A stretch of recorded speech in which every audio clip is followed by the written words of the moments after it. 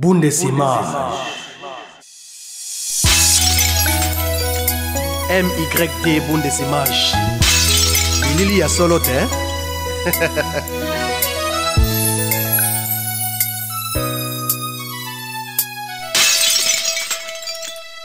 Yves Mavambo Bundesimage, HD haute définition. Peuple de Dieu, Shalom. Je vous salue dans le précieux et merveilleux nom de notre Seigneur Jésus-Christ. Je me présente pour ceux qui ne me connaissent pas. Je suis votre humble serviteur, l'apôtre Fabrice Kiangata. Je viens me présenter devant vous, devant vos écrans téléviseurs et vos écrans d'internet pour parler de quelque chose qui est très important. Nous sommes à un temps vraiment crucial pour l'histoire du monde et de l'humanité. Nous sommes à un temps vraiment important pour l'Église corps, le moment où le Seigneur, dans sa grâce, veut amener son Église à la maturité pour la préparer à l'enlèvement glorieux qui nous attend. Nous sommes au temps de la maturité où l'Église est préparée pour ce grand réveil du temps de la fin. Le réveil des réveils, ce réveil glorieux où il y aura la grande moisson bien-aimée dans le Seigneur et où la nature de la divinité, la déité, la plénitude de Dieu se fera manifester, se rendra visible aux yeux de l'humanité. Je bénis le Seigneur encore une fois d'être devant vous et pour vous parler de la part du Seigneur. Amen. J'ai un thème très important que nous allons développer aujourd'hui. Ce thème s'intitule « Avoir la vie par la mort ».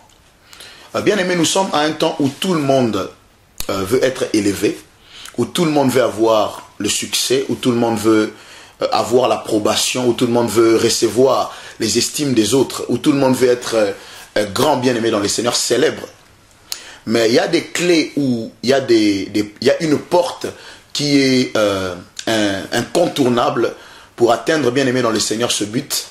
C'est ce que je viens de citer bien-aimé dans le Seigneur qui s'intitule la mort. La mort, avoir la vie par la mort. Nous allons ouvrir rapidement nos Bibles dans le livre de Jean, le chapitre 12. Nous allons lire 2 versets. Et ensuite nous allons rentrer dans la pensée de notre exhortation. Je lis dans le précieux nom de Jésus. La Bible dit, en vérité, je vous le dis, si le grain de blé qui est tombé en terre ne meurt, il reste seul. Mais s'il meurt, il porte beaucoup de fruits. Celui qui aime sa vie la perdra, et celui qui hait sa vie dans ce monde la conservera pour la vie éternelle. Gloire au Seigneur. Bien-aimés dans le Seigneur, nous venons de lire cette portion de l'Écriture où le Seigneur nous parle, bien-aimés dans le Seigneur. L'histoire a commencé par les Grecs. Les Grecs sont venus pour rencontrer Jésus par le canal de Philippe. Ils sont venus, ils ont dit avec insistance, si nous commençons la lecture un peu plus haut, ils disent, nous voudrions voir Jésus. Et Philippe les amena vers le Seigneur, Jésus. Et le Seigneur, au lieu de se présenter à eux en disant, me voici celui que vous cherchez, le Seigneur leur dit, Jésus leur répondit, l'heure est venue où le Fils de l'homme doit être glorifié. En vérité, je vous le dis, si les grains de blé qui est tombé en terre ne meurt, il reste seul. Mais s'il meurt, il porte beaucoup de fruits. Bien-aimés dans les Seigneurs, chaque sémence ou chaque grain contient la substance vie en elle. Mais pour que cette grain-là, pour que cette sémence-là, bien-aimée dans le Seigneur, puisse produire la vie ou puisse se multiplier, bien-aimée dans le Seigneur, elle doit passer à un processus de mise à mort. Elle doit, bien-aimée dans le Seigneur, être posée à terre, tomber en terre. On doit l'enterrer. Et quand elle est enterrée, elle doit pourrir. Et quand elle pourrit, bien-aimée dans le Seigneur, c'est à partir de là qu'elle produit, bien-aimée dans le Seigneur, des rejetons. Et cela forme un arbre. Et cet arbre-là est le résultat de la vie qui était, bien-aimée, contenue dans le grain. Mais elle devait passer par une mise à mort afin de produire l'arbre. Et l'arbre, bien aimé dans le Seigneur, après avoir poussé, produit à son tour, bien aimé dans le Seigneur, des fruits, et des fruits ayant, bien aimé dans le Seigneur, plusieurs autres graines. Donc, pour, bien aimé dans le Seigneur, avoir la vie, pour, bien aimé dans le Seigneur, atteindre ces stades d'arbres, produire des fruits, bien aimés dans le Seigneur, il a fallu que ce grain, bien aimé dans le Seigneur, passe dans une mise à mort, puisse mourir, puisse pourrir, passer, bien aimé, dans la mort, enfin, bien aimé dans le Seigneur, d'avoir la vie. Alléluia. C'est pour cela que j'ai intitulé mon thème avoir la vie par la mort. La mort, bien aimé dans le Seigneur, est un facteur important, est un facteur, bien aimé, déterminant, est un facteur incontournable, bien aimé dans le Seigneur, si nous voulons avoir la vie dans la sphère de l'esprit. Jésus, bien aimé dans le Seigneur, il a fallu que le Seigneur lui-même passe par ces processus de mise à mort. Il a fallu qu'il puisse mourir à la croix, être crucifié. Il a fallu qu'il soit enseveli. Et après son ensevelissement, bien aimé dans le Seigneur, il a été ressuscité d'entre les morts, vivant au siècle des siècles. Selon Apocalypse 1,17, voici j'étais mort, maintenant je vis au siècle des siècles, je tiens entre mes mains la clé de la mort et des séjours des morts. Donc il a fallu que le Seigneur passe par ces processus de la mort, afin d'avoir la vie et la vie au siècle des siècles. Il a fallu qu'il passe par cette mort, afin d'être glorifié, enfin d'être élevé, qui sont l'élévation et la glorification, qui sont les résultats de la vie. La vie selon la perspective de Dieu, la vie Zoé, bien aimé dans les Seigneurs. Aujourd'hui, les gens veulent être grands dans ce monde. Les gens veulent être élevés, veulent être adulés, veulent être considérés. Mais les gens ne veulent pas, bien aimé dans les Seigneurs, passer par cette porte étroite, cette porte, bien aimé dans les Seigneurs, qui est la seule clé, ou qui est, bien aimé dans les Seigneurs, le seul issue qui nous permet d'accéder à la vie selon la pensée de l'Éternel. Bien aimé dans les Seigneurs, cette porte, c'est la mort. La mort, bien aimé dans les Seigneurs, la mort de notre être, la mort de notre soi, la mort, bien aimé, de notre moi, pardon, la mort de notre égocentrisme, la mort, bien aimé, de notre personnalité, la mort de notre identité, la mort de notre estime, et la mort, bien aimé, dans les Seigneurs, de ce que nous sommes. Et bien aimé dans les Seigneurs, pour accéder à la nouvelle naissance, Jésus a dit à Nicodème, pour qu'un homme ait la vie éternelle, cette personne doit impérativement, c'est une obligation, doit naître de nouveau. Or, avant de naître de nouveau, il doit y avoir une mise à mort. Donc ça veut dire que l'homme ancien ou le vieil homme en nous doit d'abord passer par cette mise à mort. Et après la mort de ce bien-aimé dans le Seigneur, de ce vieil homme, intervient maintenant le nouvel homme en Christ, la nouvelle création, vient maintenant, bien-aimé, remplacer, ou bien-aimé, vient se positionner à la place, bien-aimé, de cette vieille nature. Donc la vie est produite, ou bien la vie intervient, suite, bien-aimé dans le Seigneur, à la mort de cet être, de ce vieil homme, de cette nature adamique. Après cette mise à mort, intervient maintenant la nouvelle création, ou la nouvelle naissance. Donc, la mort intervient et cette mort, bien aimé, engendre ensuite la vie. Donc, bien aimé, nous devons passer par cette mise à mort.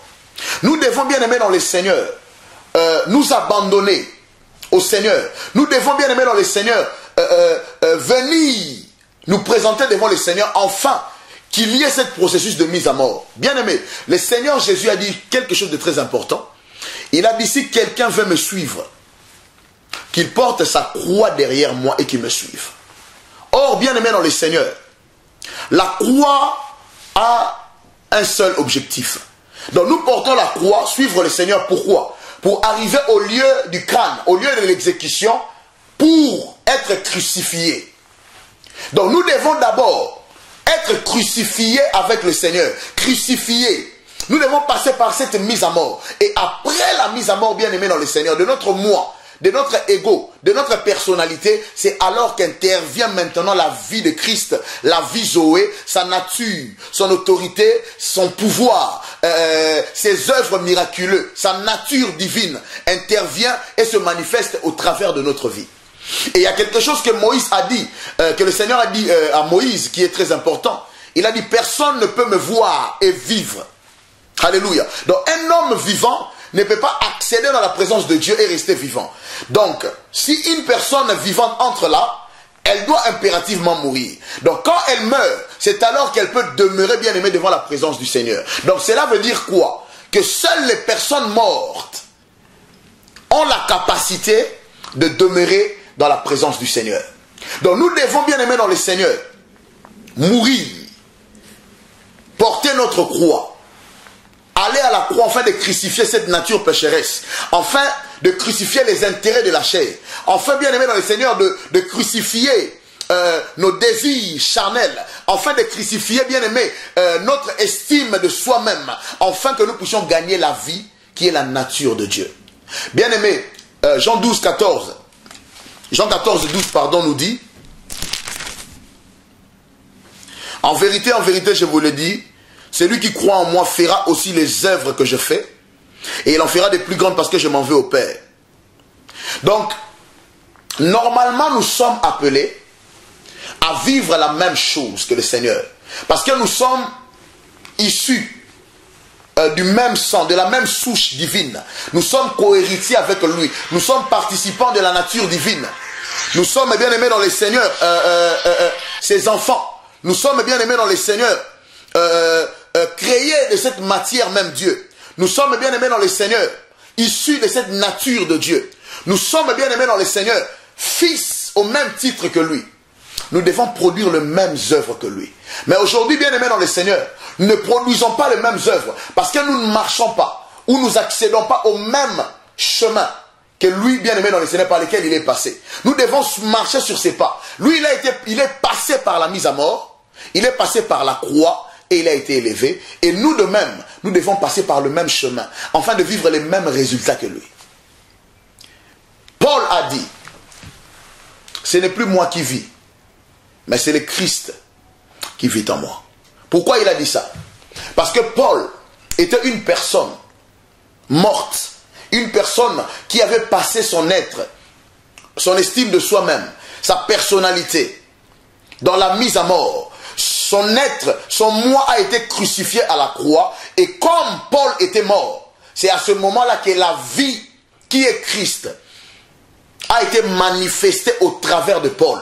Et la Bible dit que Dieu faisait des miracles extraordinaires par les mains de Paul. De telle manière qu'on infligeait des linges sur son corps. On imposait sur les malades étaient guéris et les esprits mauvais sortaient. Ce même Paul, bien aimé, a été mordu par une vipère.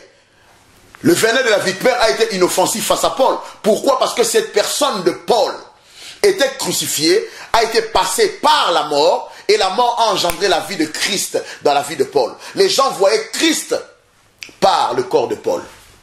Alléluia. La Bible dit que nous sommes le temple de l'Esprit de Dieu, l'habitation du Dieu Tout-Puissant.